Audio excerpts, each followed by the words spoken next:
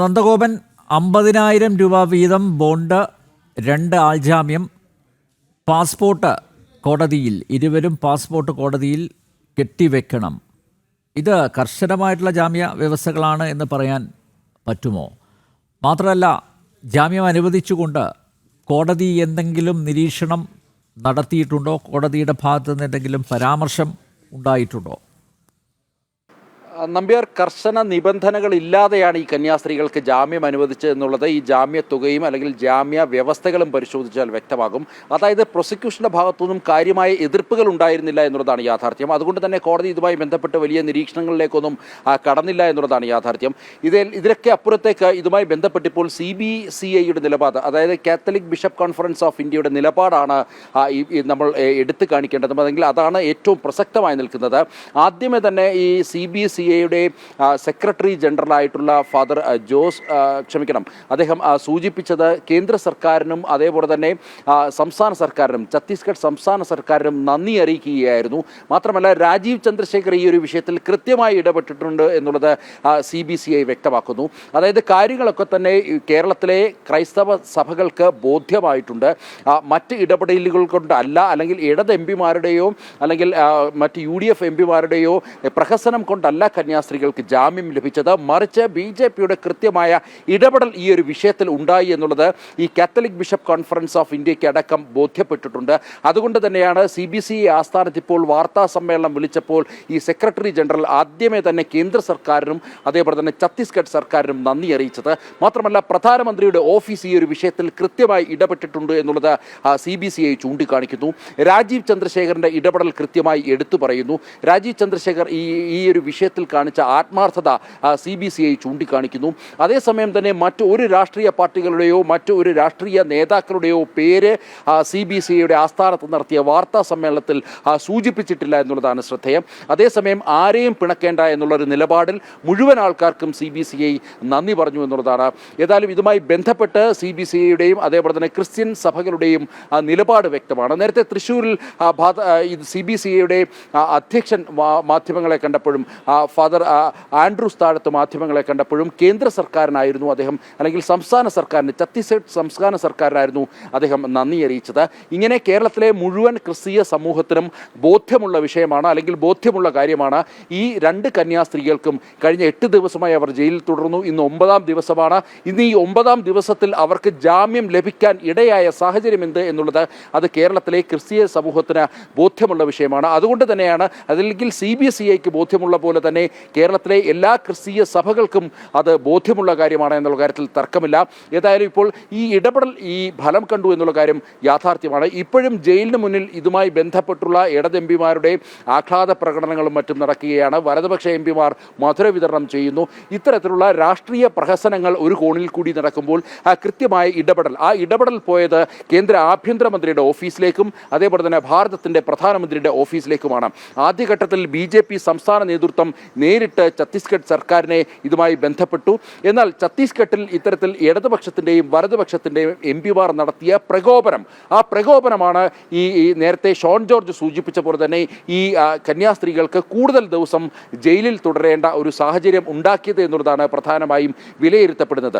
അതല്ലെങ്കിൽ യഥാർത്ഥത്തിൽ കോൺഗ്രസും ഇടതുപക്ഷവും ഈ കന്യാസ്ത്രീകൾക്ക് ഉടനടി ജാമ്യം ലഭിക്കരുത് എന്നുള്ള ഒരു ലക്ഷ്യം അവരുടെ മനസ്സിലുണ്ടായിരുന്നു എന്നുള്ളതാണ് പ്രധാനമായും BJP നേതാക്കളും മറ്റും ചൂണ്ടിക്കാണിക്കുന്നത്.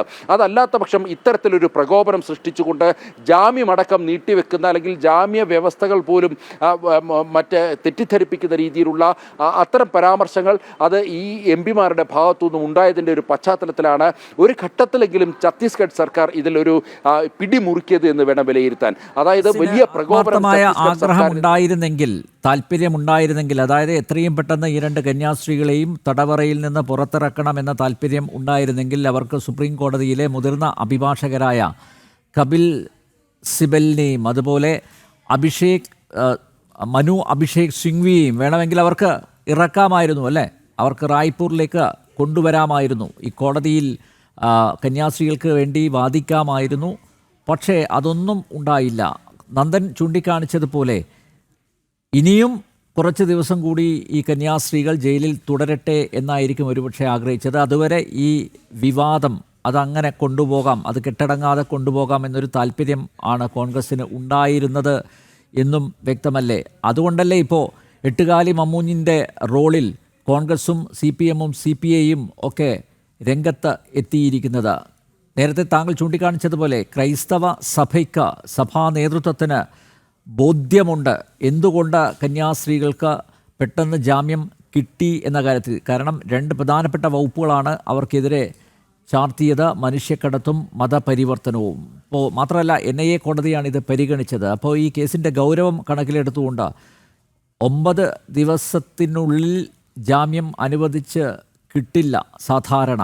പക്ഷേ എന്തുകൊണ്ട് ജാമ്യം കിട്ടിയെന്ന് സഭാ നേതൃത്വത്തിന് കൃത്യമായിട്ടുള്ള വിശ്വാസം ഉണ്ട്. പക്ഷേ അതിലും രാഷ്ട്രീയ മുതലെടുപ്പിന് ശ്രമിക്കുകയല്ലേ ഇടതുപക്ഷവും, കേരളത്തിലെ ഇടതുപക്ഷവും വലതുപക്ഷവും? അനിൽ നമ്പ്യാർ, ഇപ്പോൾ ഈ കേസുമായി ബന്ധപ്പെട്ട് ഇടതുപക്ഷത്തിൻ്റെയും വലതുപക്ഷത്തിൻ്റെയും MP-മാർ നടത്തിയ നീക്കങ്ങൾ, ആ നീക്കങ്ങളൊന്ന് പരിശോധിച്ചാൽ വ്യക്തമാകും എത്രമാത്രം ഈ ഒരു വിഷയത്തിൽ ഇടത് വലത് മുന്നണികൾക്ക് ആത്മാർത്ഥതയുണ്ടായിരുന്നെന്ന്. നേരത്തെ നമ്പ്യാർ സൂചിപ്പിച്ച പോലെ ഏതെങ്കിലും തരത്തിൽ ഈ കന്യാസ്ത്രീകളെ പുറത്തിറക്കണം എന്നുള്ളതായിരുന്നു ഇവരുടെ പ്രയോറിറ്റി എങ്കിൽ അവർ തീർച്ചയായിട്ടും നിയമ പോരാട്ടത്തിനായിരിക്കുന്നു ശ്രമിക്കേണ്ടിയിരുന്നത്. അതായത് നിയമ വിദഗ്ധരുമായി കൂടിയാലോചിച്ച് ഇവർക്ക് ജാമ്യം ലഭിക്കുവാൻ അനുസൃതമായ പ്രവർത്തനങ്ങളിലേക്കായിരുന്നു ഈ ഇടത് വലതുമാർ MP-മാർ കടക്കേണ്ടിയിരുന്നത്. എന്നാൽ അവർ ചെയ്തത് ജയിലിൽ പോയി കന്യാസ്ത്രീകളെ കാണുവാൻ വേണ്ടിയുള്ള ശ്രമങ്ങൾ നടത്തി. സമയം കഴിഞ്ഞു, ജയിൽ സമയം കഴിഞ്ഞു, വിസിറ്റേഴ്സ് ടൈം കഴിഞ്ഞതിന് ശേഷം അവിടെ പോയി പ്രകോപനമുണ്ടാക്കി.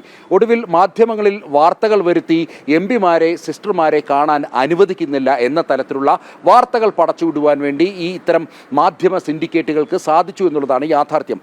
അതിനപ്പുറത്തേക്ക് ക്രിയാത്മകമായ ഒരു ഇടപെടൽ യഥാർത്ഥത്തിൽ ഈ ഇടത് വലത് MP-മാരുടെയോ അല്ലെങ്കിൽ ഇവരുടെ നേതൃത്വത്തിൻ്റെയോ ഭാഗത്തു നിന്നും ഉണ്ടായില്ല എന്നുള്ളതാണ് യാഥാർത്ഥ്യം.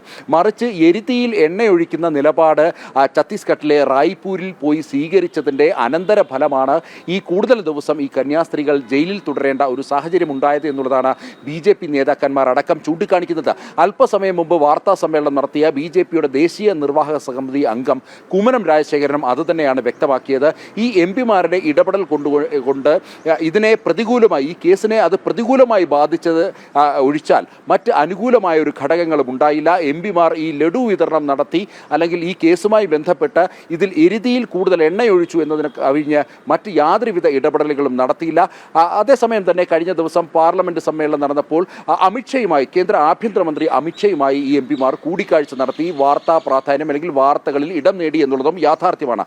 എന്നാൽ അതിന് ദിവസങ്ങൾക്ക് മുമ്പേ ഈ വിഷയവുമായി ബന്ധപ്പെട്ട് കേരളത്തിൻ്റെ BJP-യുടെ സംസ്ഥാന അധ്യക്ഷൻ രാജീവ് ചന്ദ്രശേഖർ കൃത്യമായി ഈ കേന്ദ്ര ആഭ്യന്തരമന്ത്രിയെ നേരിൽ കണ്ട് നിലപാട് വ്യക്തമാക്കിയതാണ്. എന്താണ് യഥാർത്ഥത്തിൽ ഛത്തീസ്ഗഡിൽ സംഭവിച്ചത്, അല്ലെങ്കിൽ എന്തായിരുന്നു ആ തെറ്റിദ്ധാരണ തുടങ്ങിയ വിവരങ്ങൾ കൃത്യമായി ഈ കേന്ദ്ര ആഭ്യന്തരമന്ത്രിയെ ധരിപ്പിച്ചു. ആഭ്യന്തരമന്ത്രിയുടെ ഓഫീസും PMOയും പ്രധാനമന്ത്രിയുടെ ഓഫീസും തമ്മിൽ പ്രാഥമിക തലത്തിലുള്ള ചർച്ചകൾ നടന്നു. മാത്രമല്ല ഈ ഒരു വിഷയത്തിൽ പ്രധാനമന്ത്രിയെ കൂടി നേരിൽ കാണാൻ സാധിച്ചു എന്നുള്ളതാണ് BJP സംസ്ഥാന ഘടകത്തിന് ഏറ്റവും കൂടുതൽ, അല്ലെങ്കിൽ അവർക്കൊരു സപ്പോർട്ടീവായത് PMOയുടെ ഒരു ഇടപെടൽ കൂടി ഉണ്ടായതോടുകൂടിയാണ്. ഇതിനുശേഷമാണ് കാര്യങ്ങൾ കൂടുതൽ ചടുലതയോടെ മുന്നോട്ട് പോയത്. അതിനൊക്കെ അപ്പുറത്തേക്ക് ആദ്യഘട്ടത്തിൽ ഛത്തീസ്ഗഡ് സർക്കാർ ഇത്തരം ഈ ഒരു പ്രകോപനം കാരണം അവർ ഈ ഒരു വിഷയത്തോട് BJP സംസ്ഥാന ഘടകത്തിൻ്റെ നിലപാടുകളോട് അല്പം പിന്നോട്ട് അയവ് കാണിച്ചെങ്കിലും പിന്നീട് കാര്യങ്ങൾ വളരെ ചടുലമായ രീതിയിൽ തന്നെ മുന്നോട്ട് പോയി. BJP-യുടെ സംസ്ഥാന ഘടകം കേന്ദ്ര ആഭ്യന്തരമന്ത്രിയെയും അതേപോലെ തന്നെ PMOയും അല്ലെങ്കിൽ പ്രധാനമന്ത്രിയെയും കണ്ട് ഇടപെടൽ ആവശ്യപ്പെട്ടതോടുകൂടിയാണ് ഈ വിഷയത്തിൽ കാര്യങ്ങളിലേക്ക് ഒരു തീർപ്പിലേക്ക് സാഹചര്യങ്ങൾ എത്തി എന്നുള്ളതാണ്. അതിനൊക്കെ അപ്പുറത്തേക്ക് യാതൊരുവിധ ഇടപെടലുകളും നടത്തിയിട്ടില്ല എന്നുള്ളതാണ് യാഥാർത്ഥ്യം. ഇതിൽ ഈ ഒരു വിഷയത്തിൽ, ഛത്തീസ്ഗഡ് വിഷയത്തിൽ ഒരു തരിമ്പ് പോലും ആത്മാർത്ഥതയില്ല എന്നുള്ളതാണ് കുമ്മനം അല്പം മുമ്പ് ചൂണ്ടിക്കാണിച്ചത്. അതായത് 2022 തൃശ്ശൂരിൽ വെച്ചിട്ട് കന്യാസ്ത്രീകൾ അറസ്റ്റിലായപ്പോൾ അന്ന് ഈ കന്യാസ്ത്രീകളെ കാണുവാൻ വേണ്ടിയോ അല്ലെങ്കിൽ അവരുടെ ഈ വിഷയത്തിൽ ഇടപെടുവാൻ വേണ്ടിയോ പ്രതിപക്ഷമായ കോൺഗ്രസ് ശ്രമിച്ചതേയില്ല. മാത്രമല്ല സർക്കാരാകട്ടെ ഒരു തരത്തിലും പ്രോസിക്യൂഷൻ ഈ ജാമ്യത്തെ, കന്യാസ്ത്രീകളുടെ ജാമ്യത്തെ അന്ന് കോടതിയിൽ ശക്തമായി എതിർക്കുകയുമായിരുന്നു ഉണ്ടായിരുന്നത്. അപ്പോൾ കേരളത്തിൽ ഒരു നിലപാട്, BJP ഭരിക്കുന്ന സംസ്ഥാനത്തേക്ക് വരുമ്പോൾ കോൺഗ്രസിന് അല്ലെങ്കിൽ ഇടതുപക്ഷത്തിന് മറ്റൊരു നിലപാട് എന്നുള്ളതാണ് പ്രധാനമായും കുമ്മനം ചൂണ്ടിക്കാണിച്ചത്. മാത്രമല്ല ഛത്തീസ്ഗഡിലും ഏതാണ്ട് 11 മാസം ഈ ക്രിസ്ത്യൻ മിഷണറി പ്രവർത്തകർ ജയിൽവാസം അനുഭവിക്കുകയുണ്ടായി. അന്ന് അവിടെ ഭരിച്ചിരുന്നത് കോൺഗ്രസ് സർക്കാരാണ്.